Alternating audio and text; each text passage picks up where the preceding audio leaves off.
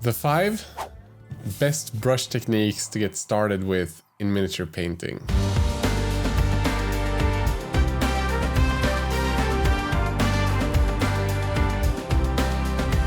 Hey everyone, you're watching Squidmar Miniatures. I'm Emil, and believe me, there are tons and tons of videos out there on what brush techniques there are, which brush techniques to use, which one is the best, and how to use them. But I wanted to focus it down to the 5 techniques that I wish that I had in my toolbox when I got started. And I took this journey myself about 3 years ago, and it's still fresh to me what techniques that I found was a bit overkill when I got started and which ones I found was very helpful when I get started. So I made it simple, 5 techniques that I think you should learn when you're just getting started and that you should try to master before maybe jumping into the more advanced ones. And before we get started, there's 2 things that I assume that you've already done. Number 1, you already primed your miniature. And number 2, you're using a wet palette. And if you don't know what a wet palette is, I did a video entirely on this topic. It's one of my best videos. And if you haven't checked that one out, I put it up here in the show notes. So go check that one out after you watch this video, and you might learn tons of great tricks and techniques for your miniature painting. But with that said, let's jump in.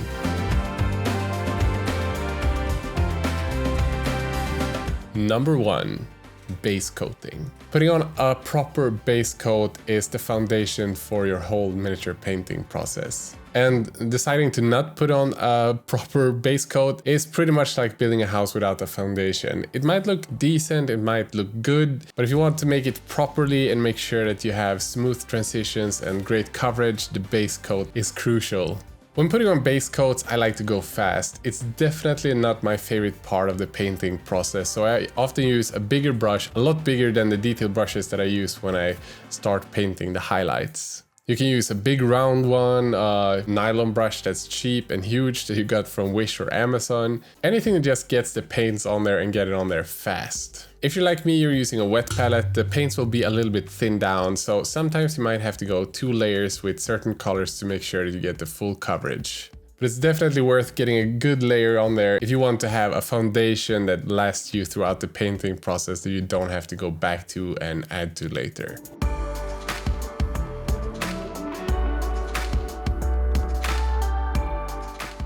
Number 2, layering. Layering is probably the most common way of using your brush and adding highlights to your miniature. For me, it's about 90% of my painting process, and it's the thing that I enjoy the most. And what is layering? Well, it's pretty much just common painting. It means that you're adding one layer on top of an existing one with paint and letting that dry before you add another one. But using layering in the right way can give you super smooth transition and make your miniature look amazing without it taking a lot of time. So how do we get these super sweet transitions? Well, I managed this because on my wet palette I like to add a few different tones. And then between these different tones, base, midtone and highlight, I blend the colors on the palette to create midtones between the tones. And then when I paint, I can add them gradually. So if we start with the base tone on the miniature, I then add the midtone between my base and midtone, and then I add a clean midtone, then a mix between my midtone and highlight, and then finally just add a clean highlight. And adding these different steps when I highlight gives me super smooth transitions, makes stuff look amazing, and you don't need an airbrush to get these really nice highlights. Of course, there's a lot to placement of highlights to make these things look great, but it's a good start to at least practice layering because that's the technique you're going to use the most, and it's the thing that's going to speed up your painting process if you learn.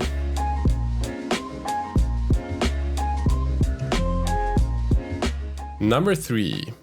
Wet blending, or as it's called in some scenes, wet on wet. It's a technique you can use when you want to have a smooth transition between 2 different tones or colors, starting on one end and ending on another one. It's called wet blending because you blend the different colors on the miniature before they dry. The most common paints that we use on miniatures is acrylics, and these paints dry very fast, meaning that if you use this technique, you need to be very fast, relentless, and fearless.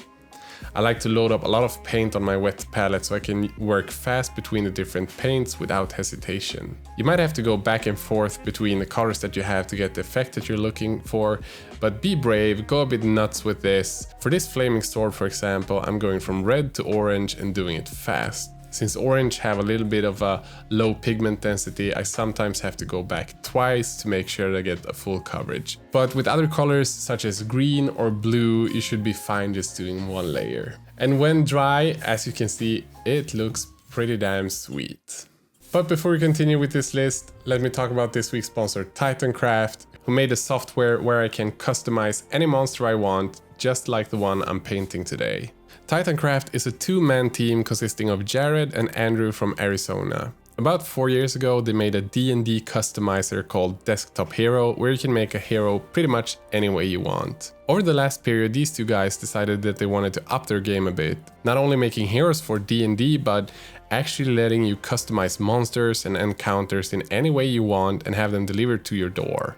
How about an aberration with spider legs or a T-Rex with angel wings and a classy hat? It's really up to you to decide how much you want to scare your players in the game. They are currently running a Kickstarter where they have options for 14 customizable monsters. You'll be able to design your own monsters and get them both as physical copies or 3D printable files if that's what you prefer. At time of filming this, they're about 600% funded, with new monsters being unlocked in the stretch goals. They also have a demo where you can play around with the custom aberration right now. So if you're the least interested in this cool project and the monsters, please guys, check out the link in the video description and maybe try out their demo for the aberration. Number 4, dry brushing. A lot of these names are really self-explanatory. Okay. Dry brushing is a great technique. A lot of people discard it as a simple technique for beginners, but it can be used in so many versatile ways. One of my friends, Byron, over at Artis Opus, have done amazing paint jobs only using a dry brush. And it's really a great technique if you want to add highlights quickly and define features on miniatures in a more general shape. There are many different schools and ways of dry brushing, but the way that I like to do it is to use these brushes specifically made for dry brushing, or with cheaper makeup brushes. You can also do it with old regular paint brushes that you use for miniatures, but once you start dry brushing a miniature with a brush, the brush pretty much gets ruined for details because the hair starts pointing in all kinds of different directions. So my recommendation is to use a brush that's already destroyed or one that's specifically made for makeup or dry brushing. Load up the paint you want to have in your brush and make sure to wick off all of the excess paint on a piece of paper, a piece of wood, or whatever you have that can remove the paint from your brush.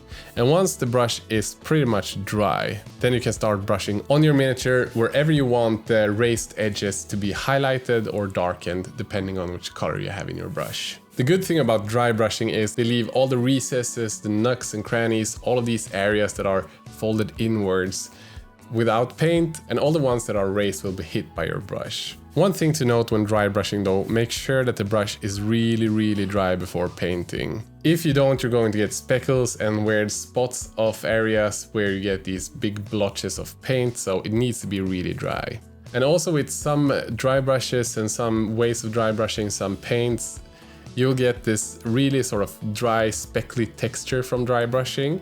So play around a bit before you start dry brushing that super expensive model that you just picked up. Make sure that you know how your brush works and how it feels with that specific paint, so you don't ruin a really nice model with dry brushing in a way that you don't know exactly how it works. But sometimes these textures actually adds to the miniature, so it doesn't have to be a negative thing that you get these super fine speckly textures.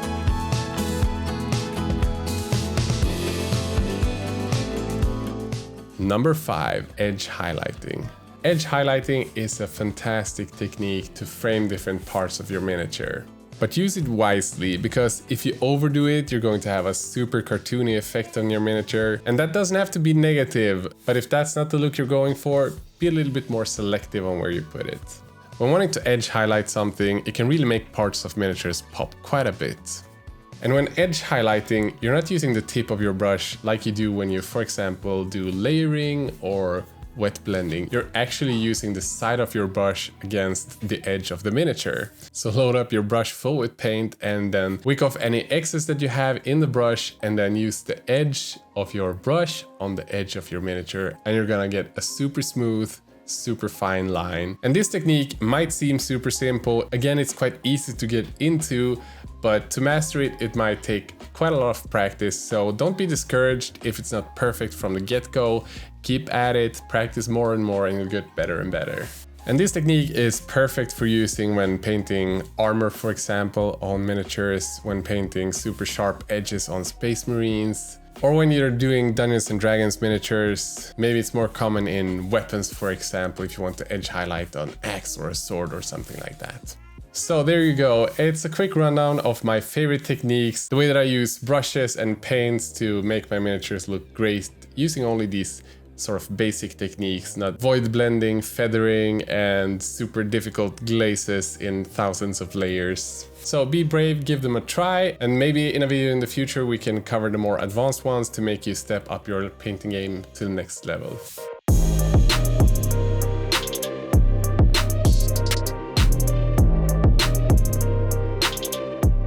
So guys, if you like this video, make sure to smash that like button, subscribe if you want to see more hobby videos every week. Check out the sponsor from this week if you want to maybe build your own monster for your Dungeons and Dragons games. And if you want to support this channel, there's a couple of ways you can do that. I have amazing people over at Patreon pledging a few dollars every month to make sure that I can run this channel.